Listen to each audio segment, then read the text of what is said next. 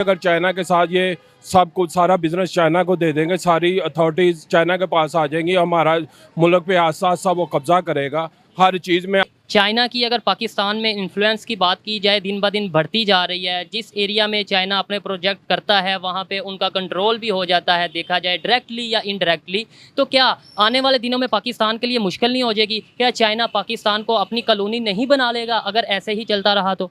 आने वाले दिनों में तो नहीं, मुझे तो अभी भी फील होता है कि चाइना ही हम पर मुसल्लत हुआ हुआ है। और जैसे जैसे टाइम गुजरता जाएगा उनका रोब और उनका दबदबा, उनकी मेजॉरिटी हमारे मुल्क में ज़्यादा होती जाएगी। ऑलरेडी पहले ही चाइना हर चीज़ में आ गया, हमारी इंडस्ट्री तो बंद हो चुकी है और हमारे पाकिस्तान में।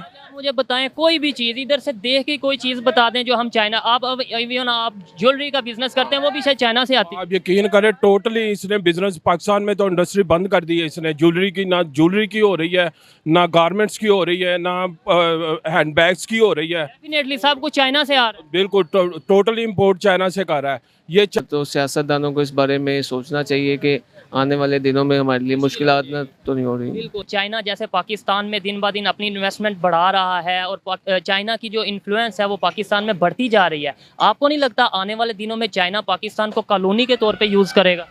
बिल्कुल ये ऐसा ही है। जैसे कि आप ये देखें, हमें रूस के साथ बिजनेस करना चाहिए था, पेट्रोल लेना चाहिए था, इसलिए हमारी गवर्नमेंट ने ये कहा, ये समझा कि नहीं जी हमारे ताल्लुकात अमेरिका से ख़राब हो जाएंगे, इसलिए हमने पेट्रोल रूस से नहीं लेना। हालांकि सस्ते दामों मिल रहा था। उसके एवज इन्हें ये चाहिए, अगर चाइना के साथ ये सब कुछ सारा बिजनेस चाइना को दे देंगे, सारी अथॉरिटीज़ चाइना के पास आ जाएंगी, हमारा मुल्क पे आस्ता आस्ता वो कब्जा करेगा हर चीज़ में। ऑलरेडी पहले ही चाइना हर चीज़ में आ गया, हमारी इंडस्ट्री तो बंद हो चुकी है।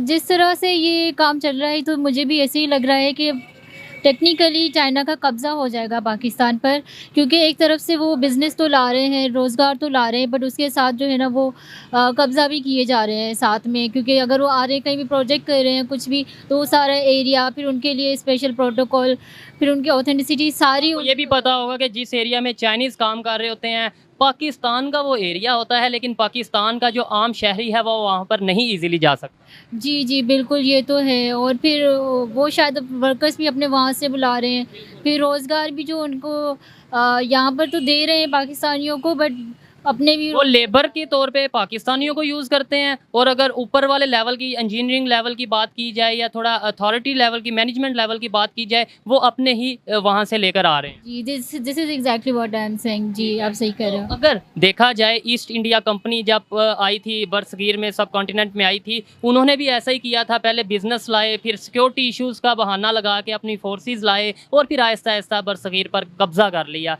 बात है तो वो उनका इन्फ्लुएंस ज़्यादा होगा चाइना का, और पाकिस्तान के लिए मुश्किल होगी।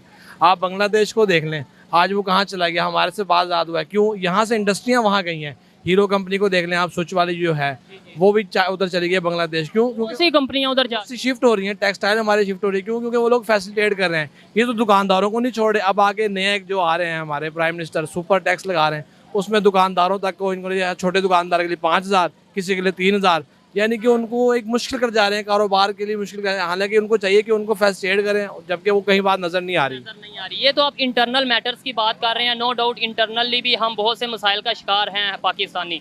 लेकिन मैं ये बात कर रहा हूँ कि जैसे अगर ईस्ट इंडिया की बात की जाए, ईस्ट इंडिया कंपनी थी जिसने बरसगीर पे कब्जा किया, वो भी पहले आई, पहले अपना बिजनेस किया, फिर आहिस्ता आहिस्ता सिक्योरिटी के बहाने से अपनी फोर्स को लेकर आए और फिर कब्जा कर लिया। यही चीज़ें हमें, यही जो सारी चीज़ें हैं चाइना के हवाले से नज़र नहीं आती पाकिस्तान। जी, अगर हम अपनी हिस्ट्री भी देखें तो जब ब्रिटिश जो है यहाँ स्पाइसेस और इनके बिज़नेस करने के लिए यहाँ पर आए थे, बट धीरे धीरे उन्होंने कब्ज़ा कर लिया था।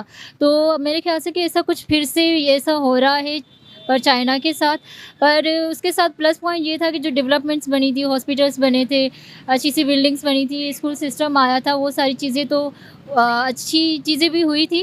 बट डेफिनेटली अभी भी पाकिस्तान में अच्छी चीज़ें तो जैसे सी पैक है, बहुत अच्छी चीज़ है। जैसे ये ऑरेंज ट्रेन की बात की जाए, ऑरेंज लाइन की बात की जाए, मेट्रो की बात की जाए, बहुत से प्रोजेक्ट्स हैं जो चाइना के साथ मिलकर बहुत अच्छा किया पाकिस्तान ने।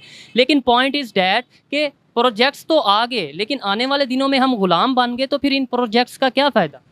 जी ये बात भी है, जिस तरह से वो कर रहे हैं तो हम शायद आगे चल के गुलाम ही बन सकते हैं। उम्मीद तो अच्छे की रखनी चाहिए, लेकिन आपको क्या लगता है कि हमारे अवाम और हमारी अवाम के साथ साथ हमारे पाकिस्तान के जो हुक्मरान हैं वो इस चीज़ को गौर करेंगे, इसके ऊपर अपना फोकस करके इस चीज़ को कम ओवर करेंगे या नहीं?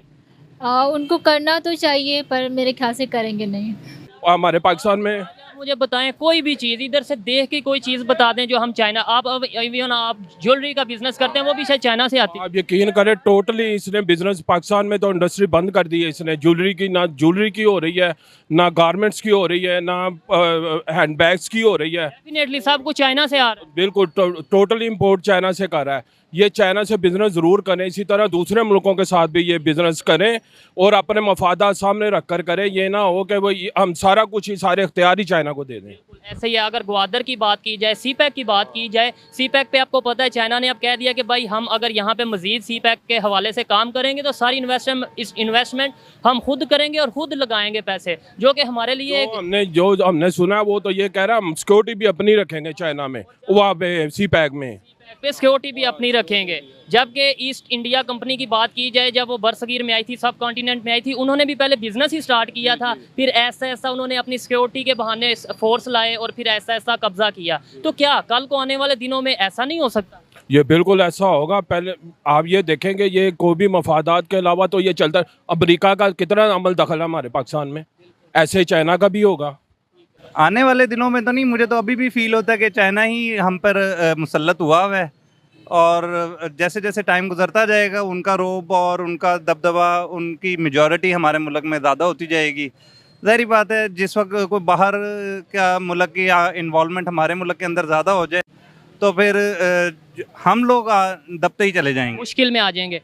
बिजनेस करना चाहिए, तल्लुकात को बेहतर रखना चाहिए, प्रोजेक्ट्स मिलके करने चाहिए दूसरे ममालिक के साथ। इसके तो हक में आप भी होंगे, मैं भी हूँ, लेकिन मैं इस बारे में ये कहूँगा कि देखें, पैसे आने चाहिए, पैसे आके वो हमें पैसों की इमदाद करें। यहाँ का ऑनर्स, यहाँ के बिजनेसमैन खुद उस चीज़ को, उन पैसों को यूटिलाइज करके अपनी जो ऑर्गेनाइजेशन है उसको बेहतर करें। पर जो सीईओ या जो भी उस कंपनी का हेड है वो खुद एक मुस्लिम, एक नेशनलिटी के साथ इधर बैठा हुआ हो, ताकि वो अपनी कौम के लिए, अपने मुलाजमीन के लिए सोचे, ना कि कोई सीईओ या कोई भी जो है, कोई भी प्रोजेक्ट है उसका जो हेड हो, वो प्रोजेक्ट आप जिसके साथ मर्जी साइन करो, चाहे रशिया के साथ करो, चाहे चाइना के साथ करो, चाहे अमेरिका के साथ हो, लेकिन उसके अगर वो हमारे पाकिस्तान में है तो उसका जो लीड करे वो पाकिस्तानी लीड करे। आगे प्रोजेक्ट पे जो भी काम कर रहा है वो बात की बात। बेशक ऐसा ही है। आपने मेरी बात को ज़्यादा अच्छे अंदाज से बयान कर दिया। जी बिल्कुल, ये मुश्किल क्रिएट हो रही है आने वाले हमारी जो नस्लें हैं उनके लिए, क्योंकि हमने अपनी गलतियों से जो है सबक नहीं सीखा। जिस तरह पहले हमने गोरों की गुलामी की थी, वो गोरों ने भी आकर पहले अपना छोटे लेवल से बिजनेस में इन्वेस्टमेंट की थी, उसके बाद हाँ, ये तो फिर इतने बड़े बड़े प्रोजेक्ट कर रहे हैं, ऑरेंज लाइन बिछा रहे हैं, सी पैक कर रहे हैं। वो गोरों ने तो अपना मिर्चों के मसालों के लिए अपना बिजनेस स्टार्ट किया था और उसके बाद आहिस्ता आहिस्ता करके उन्होंने हमें गुलाम बना लिया था, खुद वो हाकिम बन गए थे।